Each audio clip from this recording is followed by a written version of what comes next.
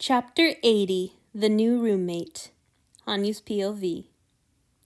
Asao was hyperventilating by the time they reached Antony's room, and Hanyu wasn't entirely sure he wasn't about to start as well. Everything was happening so fast that he could hardly keep up. It had been such a pleasant, comfortable evening, too. Lord Thaddeus, or just Thad, please, as he'd been told to call the god, was easy to be with. His awkwardness and nervously flapping hands should have made Hanyu nervous in turn, but instead he found that trying to put Thad at ease relaxed him as well. Anyhow, they both lost their awkwardness when they were looking at the strawfish. It really had been a magnificent creature, all those gorgeous sandy spines swaying a little as it swam. He thought the yellow of its scales was much brighter than his hair, but he supposed he could understand where Thad had come up with the comparison. The fish wasn't just yellow, though. It was striped and mottled with intricate patterns of dark brown, which Thad said were for camouflage. Hanyu couldn't imagine such bright colors blending in with anything, but Thaddeus swore that the strawfish came from a world of corals and anemones brighter than a king's jewels. Looking into its flat, alien eyes, Hanyu had found it easy enough to believe that it lived in such unimaginable places. He'd experienced an exhilarating feeling of otherness. "Isn't she breathtaking?" Thad had whispered beside him. Spines to protect herself, jaws to catch her prey, all those wonderful fins to move quickly through the water. She's perfectly adapted to her environment. Every bit of her body is honed to serve some vital purpose, and yet she's totally different from any of the other fish designed to fit in the same habitat. Isn't it astounding? I could study for another 1,000 years without running out of new things to learn." His eyes had been wide and wondering, and Hanyu had felt a flutter of excitement as he realized that this man was going to teach him so many new things. They'd watched the strawfish a while longer, Thad pointing out various features and explaining them while the fish swam in its patient circles, paying them no mind. Finally, Thad had lifted the tank with the same air the priests had used when they touched holy relics, and led him down to the fishing alcove to return his venomous guest to her home. The fishermen all seemed to know Thaddeus, most greeting him by name and forgoing any bows.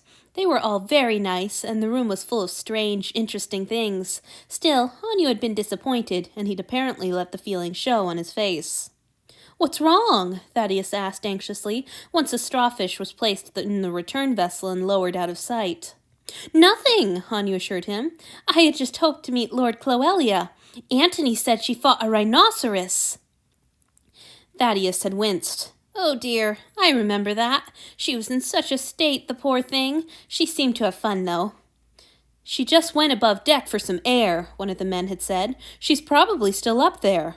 "Oh, wonderful!" Thaddeus had cried. "Thank you, Hanzo." With that, they'd been off, Hanyu still peppering the god with questions about the strawfish's poison. He had felt a little uncomfortable at the sight of the smaller man carrying the big tank, even though that was foolish, and he knew that Thaddeus could have carried him, too, without the slightest strain. Sure enough, his offer to take it had been cheerfully rebuffed. Once they reached the upper deck, the stars had been out and there had been gods milling about everywhere. Thaddeus had spotted Cloelia looming over the crowd and started walking towards her. Then Hanyu had caught a glimpse of Marcus, glaring down at something, but he'd been too far away to see or hear what was going on. The next thing he knew, Thad was gone and the tank was smashing against the deck at his feet. Then he'd seen Antony, hair glinting in the moonlight. Before Hanyu had time to wonder what his master was doing out of bed, he'd followed Antony's gaze to where Thaddeus curled around Marcus's feet, and then to the huddle of yellow fabric behind Thad. As soon as he registered what that huddle was, he had started moving. There had been no time to make sense of any of it.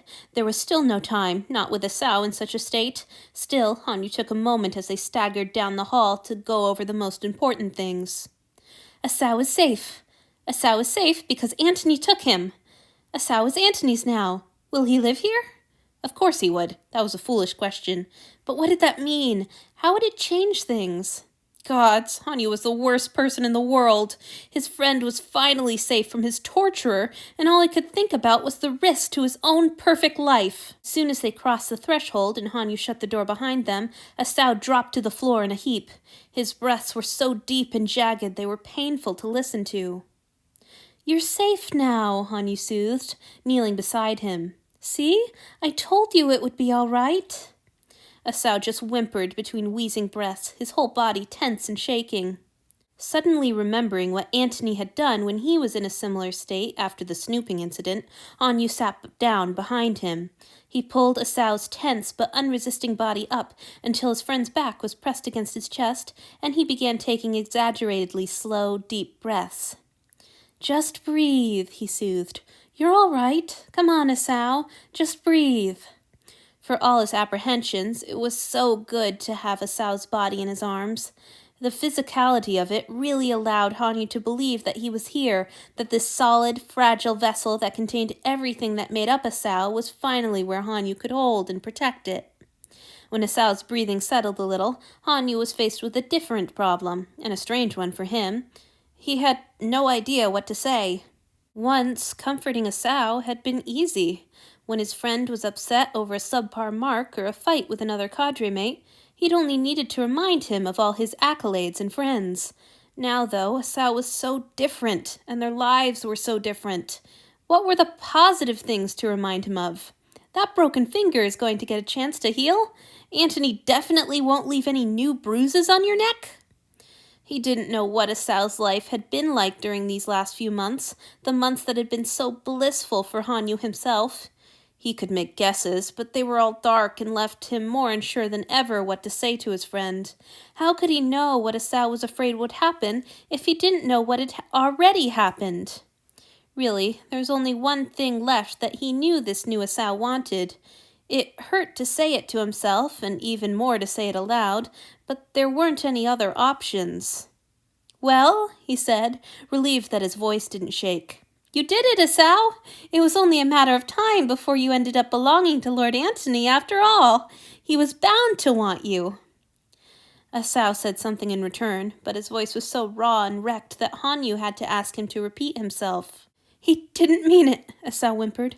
He couldn't have meant it. It went on, but none of his jumbled words granted Hanyu any clarity. Did he mean Antony or Marcus? What did he think they hadn't meant? And his tone, was that despair or desperate hope? Hanyu spoke before he could think better of it. Esau, you don't want to go back to him? He could have hit himself. Why had he phrased it that way? How was the poor man supposed to answer? What was wrong with him? At that moment, the door opened. Antony and Lord Julia entered. Well, Lord Julia entered, all but carrying Antony. Hanyu shot to his feet. Antony! Don't fuss, his god growled. I'm fine. Lord Julia shot him a quelling stare. I'll be the judge of that. Hanyu, shut the door, would you? Rushing to obey, Hanyu still kept an eye on the proceedings as Lord Julia towed his master towards the bedroom. She started to weave around Esau, who'd sunk into a bow so perfect that no one would ever have been able to guess he'd been falling apart a moment ago. Wait, Antony said, digging in his heels. Put me on the couch. Lord Julia gave him an unreadable glance, but shrugged. Your home, your rules. Hanyu, lay down a sheet. What do you have against my sheets? Antony whined as Hanyu sprinted off to fulfill this latest order. The same vendetta you have against my stitches, retorted Lord Julia. Tonight it was worth it, but if I catch you out of this room in the next 2 days, it had better be another matter of life and death. Life and death, Hanyu shuddered as he spread the sheet over the sofa. You should take a look at Esau first, Antony said once Lord Julia had lowered him to sit on the couch. Shit, sorry, Esau. This wasn't much of a welcome to our home. Raise your head, will you? Esau obeyed gratefully. His face was still tear-stained and his eyes were red, but he held himself with the poise of a priest. Marcus has accepted the transition, Antony told him, his long fingers worrying at the fabric of his trousers. Someone will bring you your things as soon as I find someone to ask. It's a true honor to have you here. Please make yourself at home. My lord does his unworthy servant too much kindness, Esau said, bowing his head deeply while his own hands trembled on his knees. Both of them looked and sounded as calm as a pair of statues, but Hanyu knew enough of their tells to realize that they were on the verge of falling apart. He had to separate them. My lord Julia, if you want to examine Esau, I can help Antony out of his things, he offered. Esau flinched almost impenetrably. What had Hanyu said wrong? Didn't he know that Lord Julia would insist on examining him again? It may have only been 2 days since she last checked him over, but he'd been with Marcus in the intervening time. A fresh look was definitely in order. Lord Julia seemed to agree. Excellent idea. Antony, I assume you want me to examine him on the bed? Naturally, Antony growled. Where else? Can't have a proper checkup on the floor. Esau flinched again, confusing Hanyu still further. Was he bothered that Antony had taken the couch for his own examination and ceded the bed to Esau? He supposed that would have startled him, too, in the beginning. He tried to send his friend a reassuring smile, but Esau kept his head bowed and didn't look in Hanyu's direction. Lord Julia extended a hand to help him to his feet. Now Esau did raise his head, darting a nervous look in Antony's direction. Without my lord's permission, I can't touch. His voice faltered, and he fell silent, trembling a little more visibly. Go on, Antony said, waving his hand almost like Thad would have done. Once Lord Julia had taken us out to the bedroom, Hanyu turned to his god. He found Antony staring back at him with a strangely open, searching expression on his face. Are you all right? His master asked softly. That was quite a scene. Me? Squawked Hanyu. Of course I'm fine. Nothing happened to me. I knew you would sort everything out, and you did. He still hadn't had time to process all the ways Antony had sorted things, or what it would mean. But what he had known from the moment he joined everyone on the deck was that his god would make Esau safe, and he had. Esau was in the bed where it was soft and safe and wonderful. He was being doctored. He would have all the wonderful things he'd always deserved, and if Hanyu's chest gave a pang at the thought of Antony painting Esau and arranging his hair and teaching him partnered dances, well, that was much more bearable than the sickening abyss that had opened in his guts when he thought of Esau with Marcus. You have more faith in me than I deserve. Antony reached out and grasped Hanyu's hand. The touch was unexpected. His master's long, cold fingers shook a little as he wrapped them around his palm, and Hanyu realized that holding his arm like this must be pulling at the wounds on Antony's back. He stepped closer, heart pounding at the touch and the proximity and the strangeness of the day, and Antony's arm relaxed. His god peered up at him as he gripped his hand, that strange vulnerability still in his face. And this is good? This is what you wanted? Hanyu's mind was a swirl of confusion and contradictory emotions. His life had been all but perfect, and he didn't like the idea of changing it.